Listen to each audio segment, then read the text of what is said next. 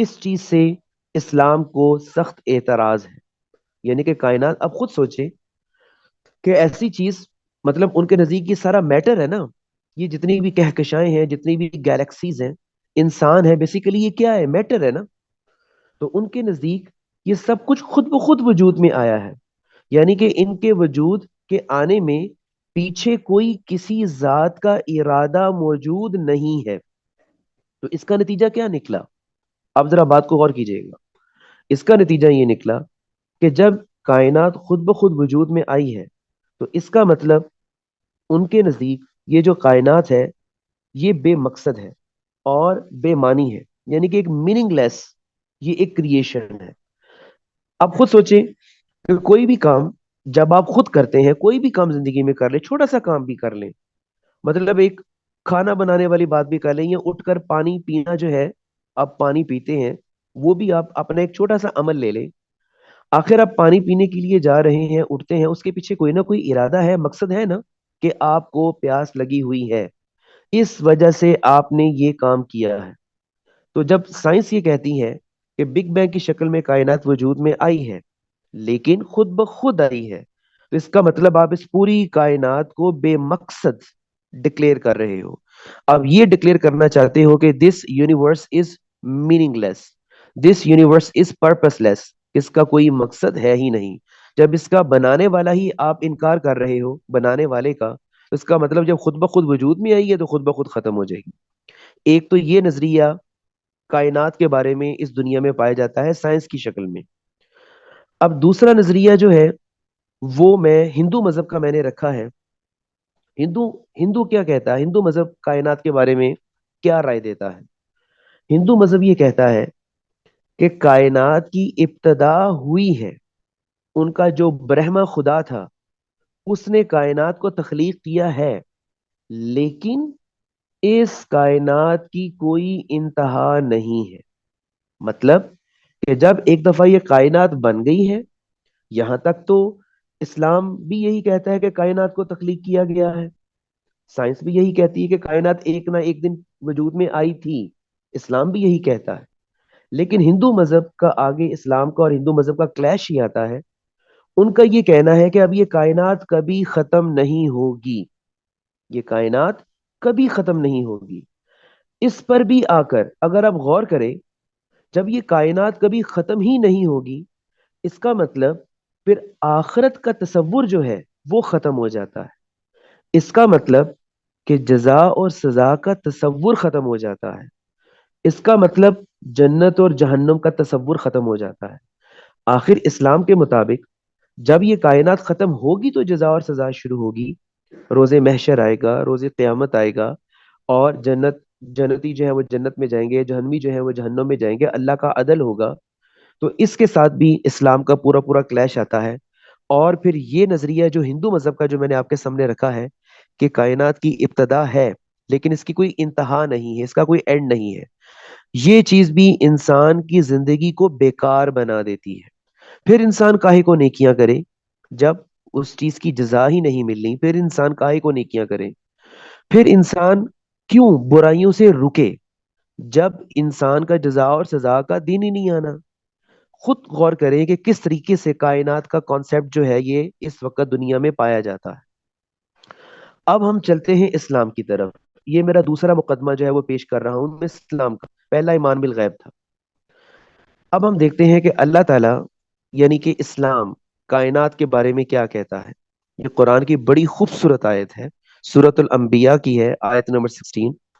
اللہ کہتا ہے وَمَا خَلَقْنَا السَّمَاءَ وَالْأَرْضَ وَمَا بَيْنَهُمَا لَاعِبِينَ. غور کیجئے گا. اور اللہ کہتا ہے اور ہم نے آسمان اور زمین اور ان کے درمیان کی چیزوں کو کھیل کود کے مشغلے میں نہیں بنایا. یعنی کہ نہ ہی ہم نے آسمان کو بے مقصد تخلیق کیا ہے، نہ ہی ہم نے زمین کو بے مقصد تخلیق کیا ہے، اور نہ ہی وہ تمام چیزیں، وہ تمام جاندار، وہ تمام گیلیکسیز، وہ تمام ستارے سیارے، وہ تمام چرند پرند، وہ تمام جنات، وہ تمام فرشتے میں نے بے مقصد پیدا نہیں کیے جو آسمان اور زمین کے درمیان ہے. یعنی کہ یہ دیکھو کہ اس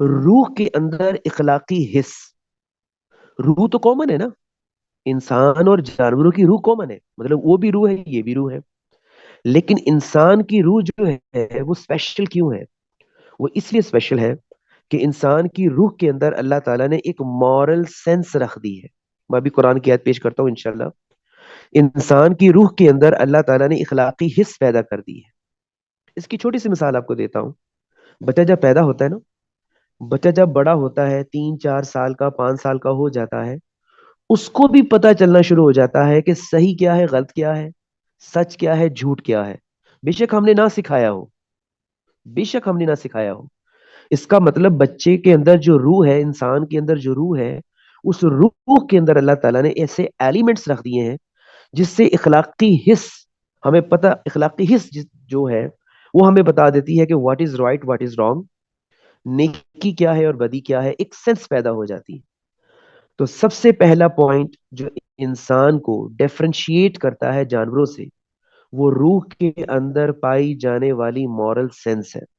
اب میں آپ کو 30ویں پارے کی ایک صورت ہے، شاید صورت 90 یا 91 ہے، ایگزیکٹ ذہن میں نہیں آ رہا، لیکن قرآن کی آیت میں آپ کے سامنے رکھتا ہوں.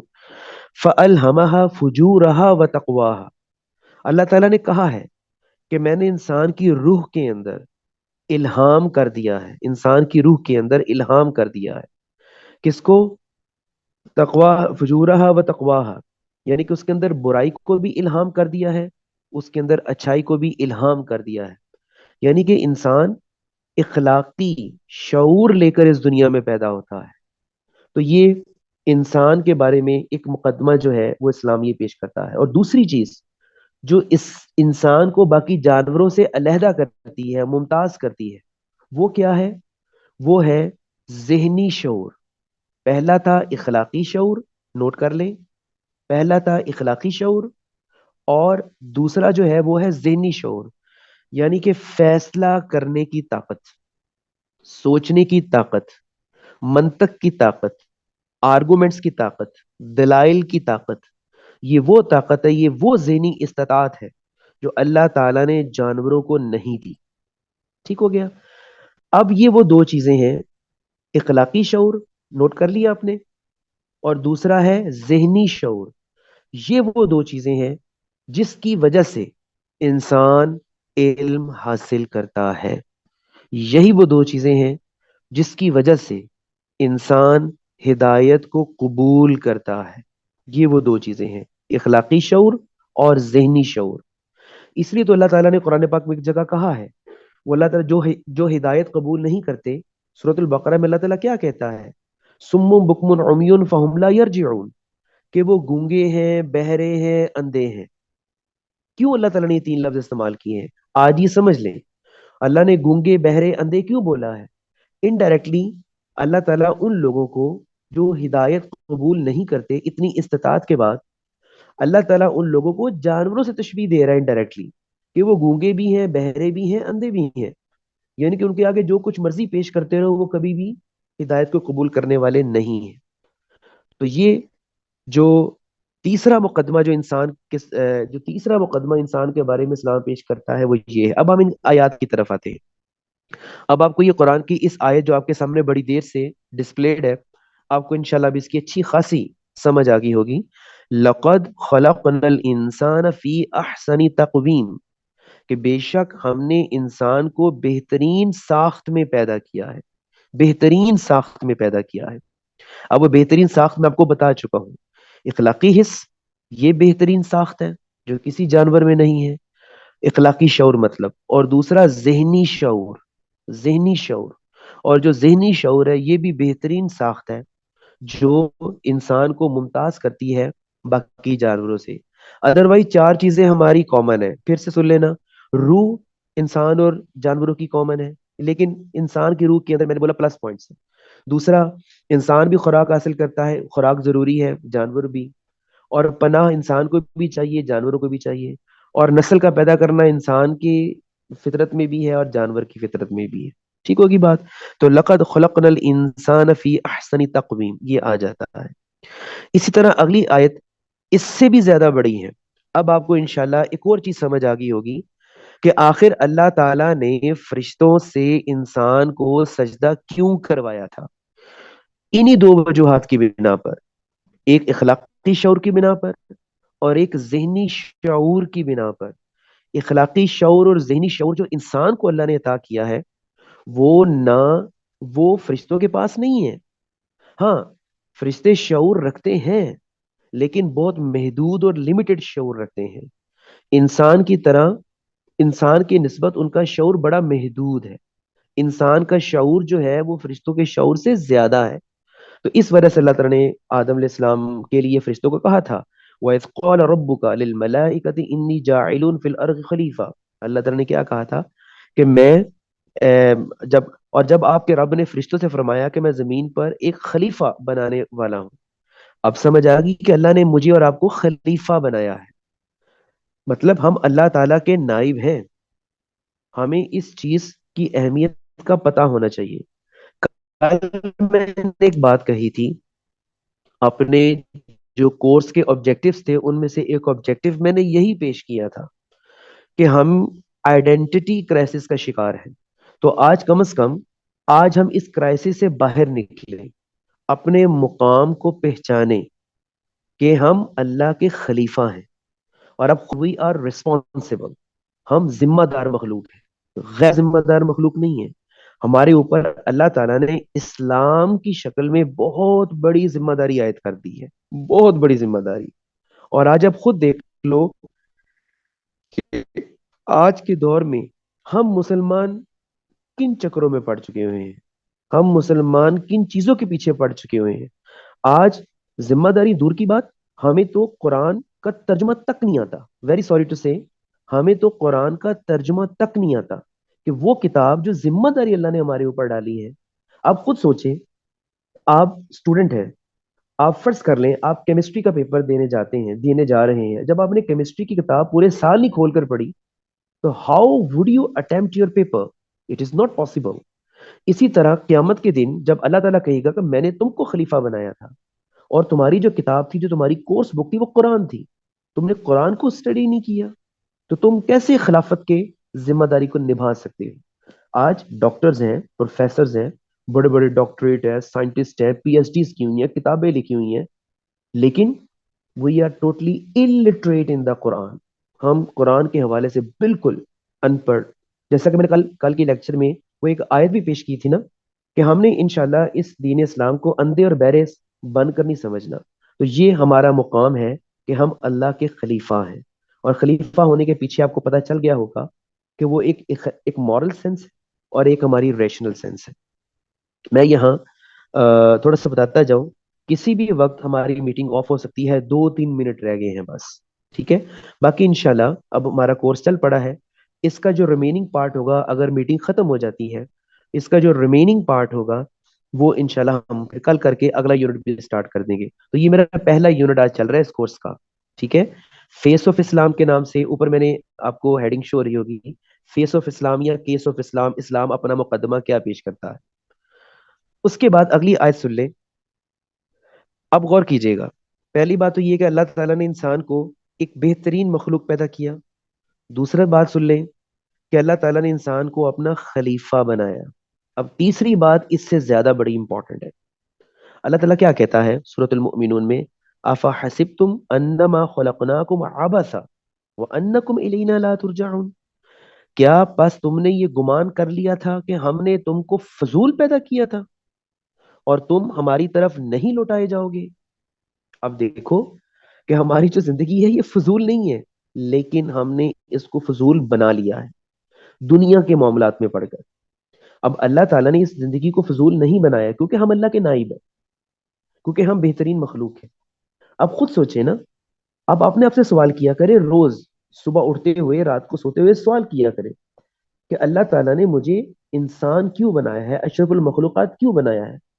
جب آپ بار بار اپنے آپ سے سوال کریں گے نا، تو انشاءاللہ آہستہ آہستہ آپ اپنے ٹریک پر انشاءاللہ آہستہ آہستہ آپ اپنے ٹریک پر آنا شروع ہو جائیں گے۔ یہ سوال آپ نے اپنے آپ سے سامنے رکھنا ہے کہ میں اللہ کا نائب ہوں، میں اللہ کا خلیفہ ہوں۔ میں آپ کو چھوٹی سی ایک مثال دیتا ہوں۔ ایک بڑا آدمی ہے جی، ایک پرائم منسٹر ہے،